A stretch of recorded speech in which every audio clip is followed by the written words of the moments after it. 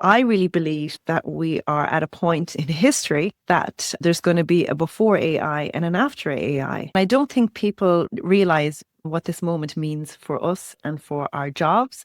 And even at a different level, I'm even thinking about my children and what they should study in college, because I think the job is not going to be the same in a few years to come. For those of you tuning in who maybe want to give this a little bit more context, I was watching the program, the prequel to Yellowstone, 1923. And in 1923, at the beginning of that series, people were on their horseback. They're in Montana, they're cowboys and riding around on their horses. And then towards the end of that series, when they come to town, there's some people on horses, some people in cars. So if you can imagine a time before electricity and after electricity. Before electricity, think of the jobs that people did back then. So there was blacksmiths, there was people who lit lamps, there was certainly a huge demand for candles.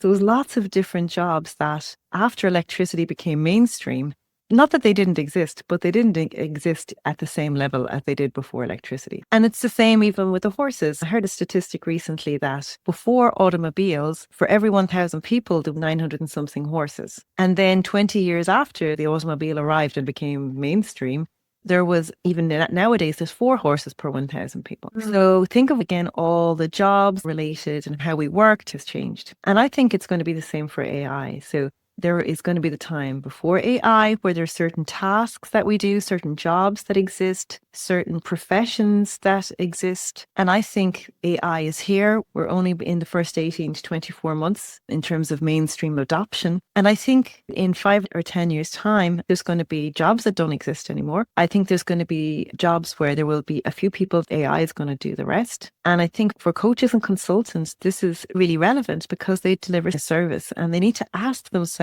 now, is AI going to replace me or is AI going to change how I work? And if you're not asking yourself that question, if you're not thinking about it, you really are at risk of being left behind.